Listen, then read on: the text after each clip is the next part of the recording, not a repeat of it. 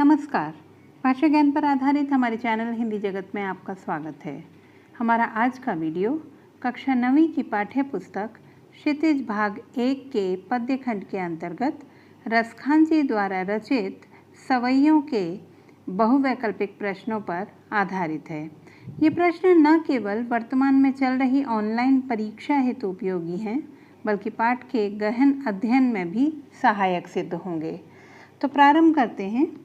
प्रश्न 1। कवि रसखान का जन्म कब और कहाँ हुआ था?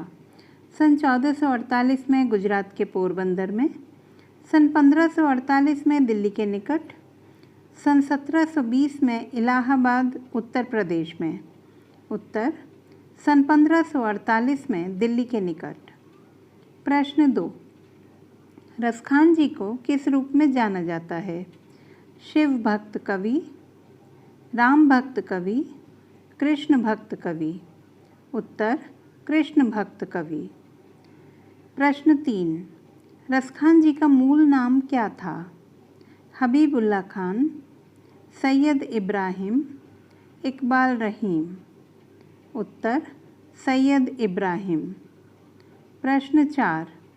रसखान जी के गुरु का नाम क्या था? गोस्वामी विट्ठलदास, गोस्वामी रामानंद, केशवाचार्य। उत्तर गोस्वामी विट्ठलदास। प्रश्न 5। रसखान जी की रचनाओं का संग्रह किस नाम से प्रसिद्ध है? रसखान रचनावली, रसखान सुजान, रसखान पत्रिका। उत्तर रसखान रचनावली। प्रश्न 6। रसखान के काव्य की भाषा है अवधी भाषा, राजस्थानी भाषा, ब्रज भाषा। उत्तर ब्रज भाषा। प्रश्न 7। किन छंदों पर रसखान जी का विशेषाधिकार था? दोहा चौपाई सवैया, दोहा कवित्त सवैया, सोरठा कवित्त सवैया। उत्तर दोहा कवित्त सवैया। प्रश्न 8।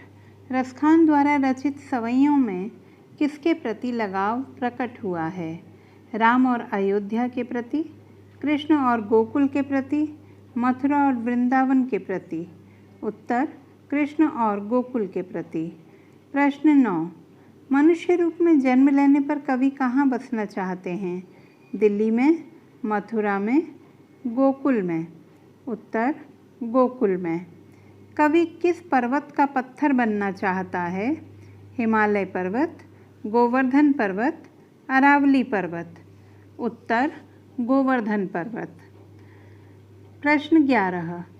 कालिंदी कुल कदम्ब की डारण में प्रयुक्त अलंकार है अनुप्रास अलंकार, रूपक अलंकार, उपमा अलंकार।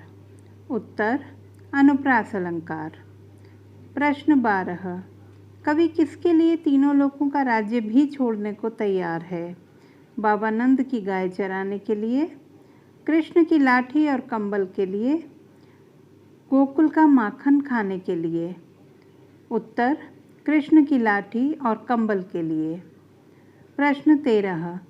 कवि नंद की गाय चराने के लिए किसे त्यागने को तैयार है? 8 सिद्धियों और नवोनिधियों का सुख, स्वर्ण महल का सुख, तीनों लोकों का राज्य। उत्तर 8 सिद्धियों और नवोनिधियों का सुख। प्रश्न 14। कवि करील की कटीली झाड़ियों पर क्या न्यौछावर करना चाहते हैं? रत्न जड़ित सिंहासन, कुबेर का खजाना, स्वर्ण निर्मित करोड़ों भवन। उत्तर स्वर्ण निर्मित करोड़ों भवन। प्रश्न 15। सवैये में सखी के कहने पर गोपी क्या करने को तैयार है? श्री कृष्ण की बांसुरी बजाने को, श्री कृष्ण का स्वांग धरने को, गोकुल छोड़कर कहीं और चले जाने को। उत्तर श्री कृष्ण का स्वांग धरने को। प्रश्न 16। कृष्ण का रूप धरने वाली गोपी क्या करने को तैयार नहीं है? बालों में मोरपंख लगाने को, पीले वस्त्र पहनने को, कृष्ण की मुरली अपने होठों पर रखने को। उत्तर कृष्ण की मुरली अपने होठों पर रखने को। प्रश्न 17। सवैये से गोपी के किस मनोभाव का पता चलता है? कृष्ण के प्रति ईर्ष्या भाव एवं द्वेष, कृष्ण के प्रति दुर्भावना, कृष्ण के प्रति असीम अनुराग एवं भक्ति। उत्तर कृष्ण के प्रति असीम अनुराग एवं भक्ति। प्रश्न 18, यह मुरली मुरलीधर की में निहित अलंकारों के नाम हैं। अनुप्रास और यमक अलंकार, अनुप्रास और रूपक अलंकार, अनुप्रास और उपमा अलंकार। उत्तर अनुप्रास और यमक अलंकार। प्रश्न 19, गोपियाँ स्वयं को कब नहीं संभाल पाती? कृष्ण की बांसुरी देखकर, कृष्ण के गीत पढ़कर, कृष्ण की मोहक मुस्कान देखकर। उत्तर कृष्ण की मोहक मुस्कान देखकर। प्रश्न 20, कृष्ण की मुरली की मधुर ध्वनि न सुनने के लिए गोपी क्या करना चाहती है? कमरा बंद कर लेना, कानों में रुई डाल लेना, कानों में उंगली डाल लेना। उत्तर कानों में उंगली डाल लेना। प्रश्न 21, गोपी ने श्री कृष्ण की मुस्कान को कैसा बताया है? कुटिल एवं चपल, आकर्षक एवं प्रभावशाली, सम्मोहक एवं स्वार्थी। उत्तर आकर्षक एवं प्रभावशाली। प्रश्न 22, काल्हि कोउ कितनो समुझई है में प्रयुक्त अलंकार है? अनुप्रास अलंकार, यमक अलंकार, उत्प्रेक्षा अलंकार। उत्तर अनुप्रास अलंकार। प्रश्न 23, सवैयों के अनुसार गोधन के दो अर्थ हैं, गायें और लोकगीत, गायों से प्राप्त धन और गीत, गाय और माखन। उत्तर गायें और लोकगीत। प्रश्न 24, कवि रसखान हर जन्म में हर रूप में कहाँ जन्म लेना चाहते हैं? मरुभूमि में, गुजरात में, ब्रजभूमि में। उत्तर ब्रजभूमि में।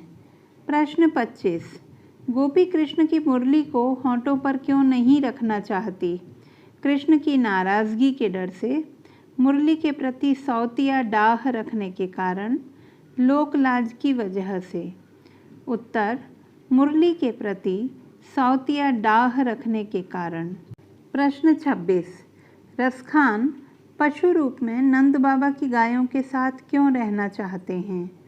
कृष्ण का सानिध्य पाने हेतु, प्रतिष्ठा पाने हेतु, सुख पाने हेतु। उत्तर कृष्ण का सानिध्य पाने हेतु। प्रश्न 27, कृष्ण किस नदी के तट पर बाल सखाओं के साथ रास रचाया करते थे? गंगा नदी, गोदावरी नदी, यमुना नदी। उत्तर यमुना नदी। प्रश्न 28, यमुना तट पर कृष्ण किस पेड़ पर बैठकर बांसुरी बजाते थे? नीम का पेड़, कदम्ब का पेड़, पीपल का पेड़। उत्तर कदम्ब का पेड़। प्रश्न 29, भाव तो वो ही मेरो रसखानी सो, काव्यांश में रसखानी किसे कहा गया है? रसखान कवि को, श्री कृष्ण को, गोपियों को। उत्तर श्री कृष्ण को। प्रश्न 30, टेरी का शाब्दिक अर्थ है पुकार कर बुलाना, चिल्लाना, रोना। उत्तर पुकार कर बुलाना। तो बच्चों ये थे हमारे सवैये पर आधारित MCQs। आशा करती हूँ आपके लिए यह अत्यधिक उपयोगी सिद्ध होंगे। भाषा संबंधी किसी भी समस्या के समाधान हेतु बने रहिए सुनीता भटनागर हिंदी जगत के साथ। आपका दिन शुभ हो।